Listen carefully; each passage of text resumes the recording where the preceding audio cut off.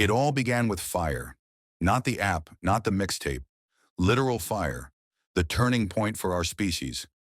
Around 300,000 years ago, Homo sapiens, that's us, emerged in Africa. We hunted, gathered, and wandered. No cities, no writing, just survival. Imagine the entire planet as one giant camping ground. We followed herds, learned to make tools from stone, and left handprints on cave walls, our first selfies. But then, something happened that changed everything. Somewhere in the Fertile Crescent, modern-day Iraq and Syria, humans discovered farming. Think of it like switching from survival mode to build mode in Minecraft. We domesticated wheat, barley, sheep, and goats. For the first time, people stayed in one place. Villages popped up. Food surplus meant we could specialize. Farmers, potters, priests, and of course, politicians. The foundations of civilization were being laid. Literally. Enter Mesopotamia, Egypt, the Indus Valley, and ancient China.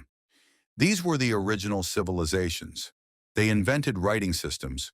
Cuneiform in Mesopotamia, hieroglyphs in Egypt. Writing let us record things. Laws, prayers, trade deals. And that one embarrassing poem from a scribe to his crush. Empires rose, kings ruled, and gods were feared. The wheel was invented. So was beer. Priorities, right? Now things get spicy. Greece gave us democracy, philosophy, and the Olympics. Socrates questioned everything, including the menu.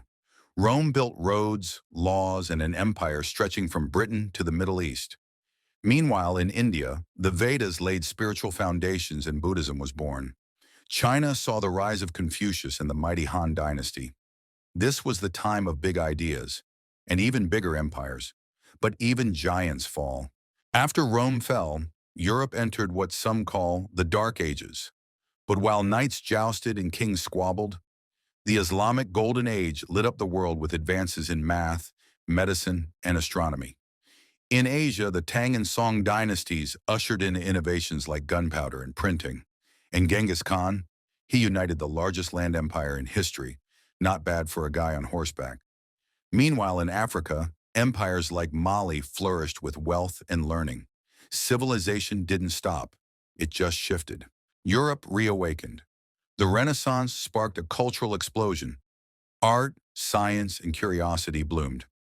Think of it like the world saying, let's hit the refresh button. Explorers like Columbus and Jung, he set sail. The world started to shrink, and not always in a good way. Colonization began, and so did centuries of exploitation and conflict. But knowledge was spreading, so was power. Now the world was boiling. The American and French revolutions cried out for liberty and equality. Monarchies trembled. Then came the Industrial Revolution. From hand tools to machines, steam engines, railroads, factories. People moved to cities. Time became money. Pollution became a problem. Child labor, class struggles, progress with a price tag. Still, it set the stage for the modern world. The most dramatic century in human history. 2 world wars, the Holocaust, nuclear bombs, the Cold War, but also vaccines, civil rights, space travel. We went from horse-drawn carriages to moon landings in just 66 years. That's like your great-grandpa riding a horse and your dad watching Neil Armstrong on TV. The internet arrived. The world went digital. We became more connected and more complicated.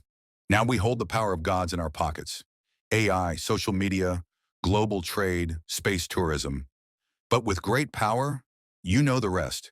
Climate change, inequality, misinformation, new problems for a new era. And yet, we've never been more aware, more capable, more connected. This is our chapter, the one we're writing right now.